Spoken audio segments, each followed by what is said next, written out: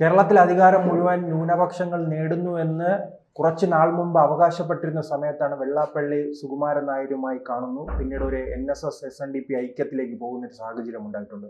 ഇപ്പോൾ വീണ്ടും വെള്ളാപ്പള്ളി രംഗത്ത് വരികയാണ്. ഇനി കോൺഗ്രസ് അധികാരത്തിൽ വരികയാണെങ്കിൽ മുഴുവൻ അധികാരവും ജമാഅത്തെ ഇസ്ലാമിയും അതോടൊപ്പം തന്നെ മുസ്ലിം ലീഗും കൊണ്ടുപോകും. NSSനെയും അതോടൊപ്പം തന്നെ SNDPയും തമ്മിൽ തെറ്റിച്ചതിന് പിന്നിൽ, ഈ പ്രശ്നമുണ്ടാക്കിയതിന് പിന്നിൽ മുസ്ലിം ലീഗാണെന്നും അദ്ദേഹം പറയുകയാണ്. ഇനിയൊരു ഐക്യം ഉണ്ടാകുമോ? ഈ വെള്ളാപ്പള്ളി എന്ന് പറയുന്ന ആള് പൊളിറ്റിക്കലി വളരെ കോംപ്ലക്സ് ആയിട്ടുള്ള ഒരാളാണ്. സാധാരണ ബുദ്ധിയുള്ളവർക്ക് ആർക്കും അദ്ദേഹത്തെ അനലൈസ് ചെയ്യാൻ പറ്റത്തില്ല. കാര്യം ഇദ്ദേഹം പറയുന്നതിനകത്ത് പലതിനകത്തും ഒരു ലോജിക്കും ഇല്ല എന്നുള്ളതാണ്.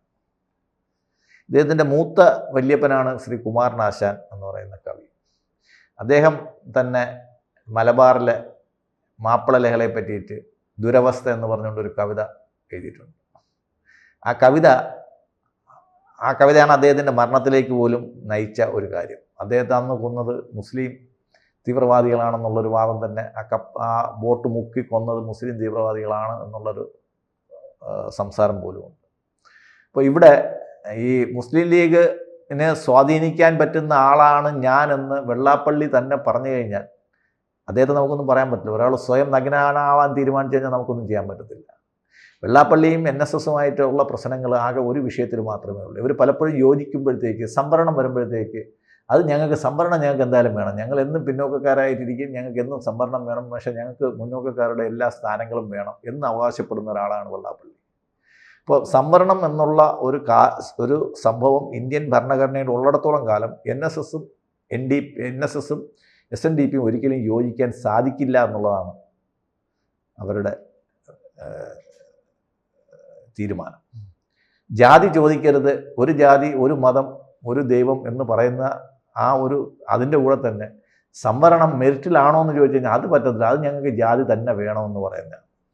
പക്ഷെ മുസ്ലിം ലീഗിനെതിരെ ഹിന്ദുക്കൾ മുസ്ലിം ലീഗ് എന്ന് പറയുന്നത് കേരളത്തിലെ മുസ്ലിം ലീഗ് പിന്നെ പ്രാധാന്യമുള്ളത് മലപ്പുറം, കോഴിക്കോട് ജില്ലകളിലാണ്. 20ഓളം മണ്ഡലങ്ങളിൽ അവർക്ക് പ്രാധാന്യമുണ്ട്. അവർ ടിപ്പുവിൻ്റെ കാലത്ത് അവർ മതം മാറ്റിയവരാണ്. അവരും ഇന്ത്യക്കാർ തന്നെയാണ്. അവർ മുസ്ലിം ലീഗിനെ വേർപെടുത്തി കാണിച്ചിട്ട്, മുസ്ലിം ലീഗ് എന്ന് പറഞ്ഞ ഉമ്മാക്കിയെ കാണിച്ചിട്ട് ഇദ്ദേഹം രാഷ്ട്രീയത്തിൽ പ്രവേശിക്കുന്നത് തന്നെ ഇദ്ദേഹം ഒരു കേരള യാത്ര നടത്തിയിട്ട് BJPക്ക് വേണ്ടിയിട്ട് BDJS എന്ന് പറഞ്ഞൊരു പാർട്ടി ഉണ്ടാക്കാനാണ് ഇദ്ദേഹം കേരള രാഷ്ട്രീയത്തിൽ ഇടപെട്ടു തുടങ്ങിയത്. ആ പാർട്ടി എന്തായി?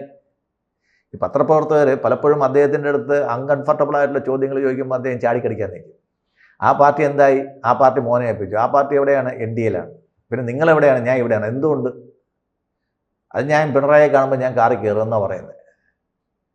അദ്ദേഹത്തിന് സ്വന്തമായിട്ടൊരു കാറില്ലാത്ത രീതിയിലാണ് പറയുന്നത്. എന്നിട്ട് ഇന്നലെ പറയുന്നത് അയാൾ വന്ന് പൈസ വാങ്ങിച്ചുകൊണ്ട് പോയിട്ട് എന്നെ പറഞ്ഞു, ഇയാളിന്ന് 3 ലക്ഷം രൂപ വാങ്ങിച്ചവർ മുഴുവൻ 3 നേരം ഇങ്ങനെ സ്തുതിപാഠകരായിട്ടിരിക്കണമെന്ന് ആരെങ്കിലും പറയുന്നുണ്ടോ? ഇല്ലല്ലോ. രാഷ്ട്രീയ പാർട്ടികളാകുമ്പം പലരും ഫണ്ട് വാങ്ങിക്കും, പല ആനുകൂല്യങ്ങളും അവർക്ക് കൊടുത്തിട്ടുണ്ട്.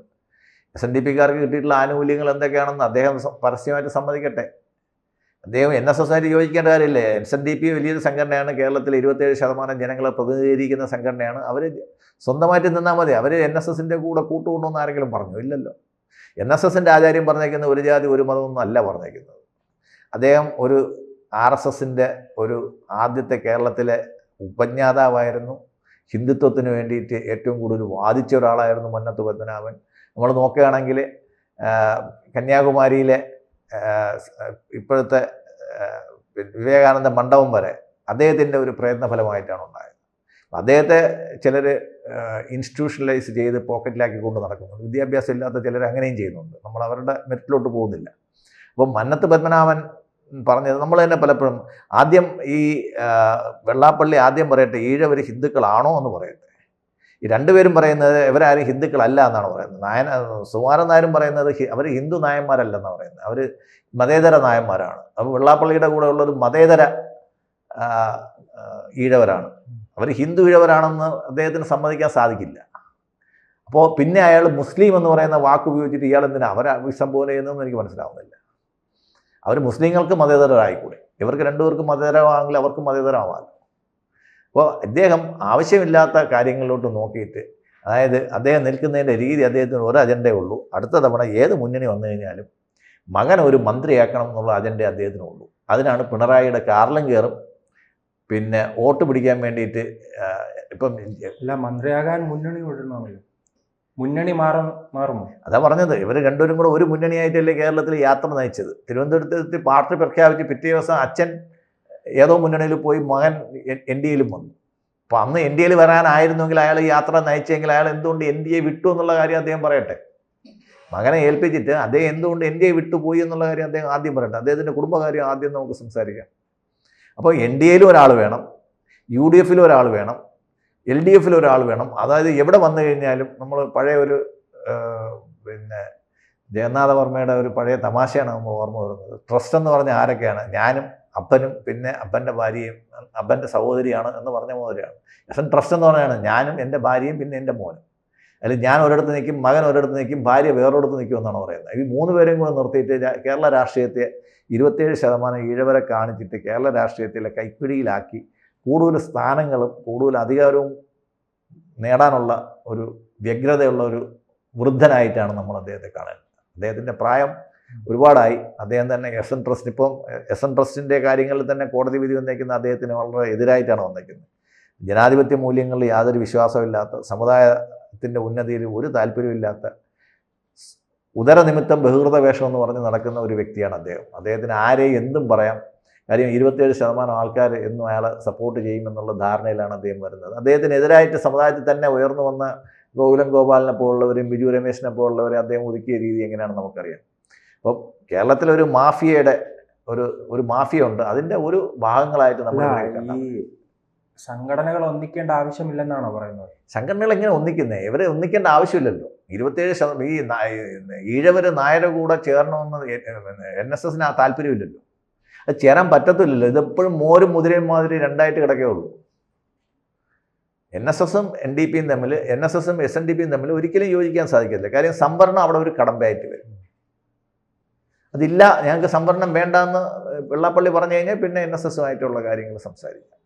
ഇതൊക്കെ അദ്ദേഹത്തിന് ശക്തി കൂട്ടാൻ വേണ്ടിയിട്ടും വിലപേശലിന് വേണ്ടിയിട്ടും അദ്ദേഹം അപ്പോഴപ്പോഴായിട്ട് എടുത്തു വയ്ക്കുന്ന ആയുധങ്ങളാണ് ഈ NSS, ഹിന്ദുത്വം, മുസ്ലിം ലീഗ്. ഇതൊക്കെ അദ്ദേഹം എടുത്തു വയ്ക്കുന്നത്. ഇതിനകത്തൊന്നും അയാൾക്കൊരു വിശ്വാസമില്ല. അയാൾക്ക് അയാളുടെ ഭാര്യയുടെയും മകൻ്റെയും കാര്യം ഭംഗിയായിട്ട് പോകണം, പിന്നെ ഉള്ള കേസുകളിൽ നിന്നും മാറണം, ഇത്രയേ ഉള്ളൂ.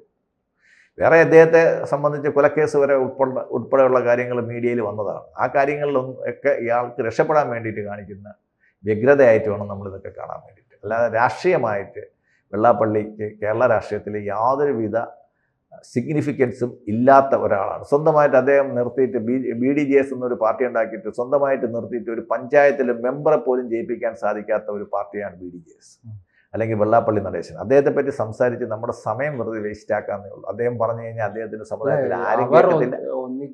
അവർക്ക് ഒരിക്കലും ഒന്നിക്കാൻ പറ്റത്തില്ല. അവർക്ക് അങ്ങനെ കാക്കി ട്രൗസർ ഇട്ടുണ്ടെങ്കിൽ ആദ്യം ശാഖയ്ക്ക് വരട്ടെ, അതിനുശേഷം പിന്നെ സംസാരിക്കട്ടെ രണ്ടുപേരും കൂടെ യോജിക്കുന്ന കാര്യം. ആദ്യം ഇവർ രണ്ടുപേരുടെ അണികൾ ഹിന്ദുക്കളാണെന്ന് സമ്മതിക്കട്ടെ. അങ്ങനെ ഇവർ രണ്ടുപേരും സമ്മതിച്ചു കഴിഞ്ഞാൽ ആൾക്കാർ RSSന് വോട്ട് ചെയ്തു. അങ്ങയുടെ സ്വന്തം മകനെ RSS നേതൃത്വം നൽകുന്ന NDAയിൽ നിർത്തിയിട്ടാണ് ഇയാൾ മതേതരത്വം പറയുന്നത്. ആദ്യം സ്വന്തം കുടുംബം നന്നായിട്ട് പുള്ളിക്കാരൻ വന്ന് നമുക്ക് ആദ്യം സ്വന്തം മകനെ മുന്നണിയിലോട്ട് കൊണ്ടുവരട്ടെ, അതിനുശേഷം പിന്നെ നമുക്ക് പോപ്പിനെ കൊണ്ടുവരാം. അല്ല, ഇത് അന്ന് തകർത്ത് പോപ്പാണെന്ന വിമർശനമാണല്ലോ വെള്ളാപ്പള്ളി ഉന്നയിക്കുന്നത്. ഇദ്ദേഹത്തിന് അവിടെ ഇരുന്ന് അദ്ദേഹത്തിന് ആരെയും തകർക്കാനുള്ള ഒരു നേരമൊന്നുമില്ല. ഈ NSSും NSS SNDP ആയിട്ട് യോജിക്കാൻ ഒരു സാധ്യതയില്ലാത്ത രണ്ട് കാര്യങ്ങളാണുള്ളത്. കാര്യം സംവരണം, ഞാൻ നേരത്തെ പറഞ്ഞ മാതിരി സംവരണം എന്നുള്ള ഒരു കടമ്പ കടക്കാൻ രണ്ടുപേർക്കും സാധിക്കത്തില്ല. സംവരണം വേണ്ടാന്ന് വിചാരിക്കാൻ SNDPക്കും സാധിക്കത്തില്ല, സംവരണം വേണമെന്ന് പറയാൻ NSSന് സാധിക്കത്തില്ല. പിന്നെ രണ്ടുപേരും കൂടെ യോജിക്കുന്ന കാര്യത്തെപ്പറ്റി നമ്മൾ വെറുതെ അധര വ്യായാമം ചെയ്യാന്നുള്ളതല്ലാതെ മറ്റു കാര്യങ്ങളൊന്നും ഇന്നുവരെ നടന്നിട്ടില്ല, ഇങ്ങോട്ട് നടക്കാൻ പോകുന്നില്ല. എനിക്ക് തോന്നുന്ന കുറഞ്ഞ ഒരു 5 യോഗങ്ങളെങ്കിലും ഇവർ തമ്മിൽ ഒരുമിച്ച് ചേർന്ന് പോകാൻ വേണ്ടിയിട്ട് നടത്തിയിട്ടുണ്ട്. പിന്നെ ഇപ്പോൾ സാംസ്കാരികപരമായാലും നായരുടെ കൾച്ചർ വേറെയാണ്, ഈഴവരുടെ കൾച്ചർ വേറെയാണ്. അപ്പോൾ ഇവർ തമ്മിൽ യോജിപ്പിക്കുന്നത് ഹിന്ദു എന്നുള്ള ഒരു പ്ലാറ്റ്ഫോം മാത്രമേ ഉള്ളൂ. ഇപ്പോൾ ഹിന്ദുവായിട്ട് നായർ ഈഴവർ മാത്രമല്ല, കേരളത്തിൽ പുലയ സമുദായമുണ്ട്, ST സമുദായം ഒരുപാട് പേരുണ്ട്. സത്യം പറഞ്ഞു കഴിഞ്ഞാൽ കേരളത്തിലെ ട്രൂ ഹിന്ദുസ് എന്ന് പറയുന്നത് കേരളത്തിലെ ഗോത്ര സമുദായക്കാരാണ്. അവരെ ഒന്നും മുമ്പോട്ട് കൊണ്ടുവരാൻ പറ്റില്ല. അവർക്കും 15% വോട്ടുണ്ട്. അപ്പം ഹിന്ദുക്കളെ കൊണ്ടുവരുന്നതെന്ന് വെച്ച് കഴിഞ്ഞാൽ നായർ ഈഴവരും ചേർന്നാൽ ഹിന്ദുക്കളാവുന്നില്ല. നായർ ഈഴവരും ചേർന്നാൽ ഏകദേശം 42 ആവുന്നുള്ളൂ. പിന്നെയും 10-20% പേര് വെളിയിൽ കിടപ്പുണ്ട്. അപ്പം ഇദ്ദേഹം കൊണ്ടുവരുന്നത് നായർ ഈഴവർ യോജിപ്പോ അല്ലെങ്കിൽ ഹിന്ദു കാടോ ഒന്നുമല്ല. അദ്ദേഹത്തിൻ്റെ മകൻ എവിടെയെങ്കിലും ഒരു പോസ്റ്റ് കിട്ടണം, അതിന് വേണ്ടിയിട്ടാണ് അയാൾ 3 മുന്നണിയിലും പരതിക്കൊണ്ട് നടക്കുന്നത്.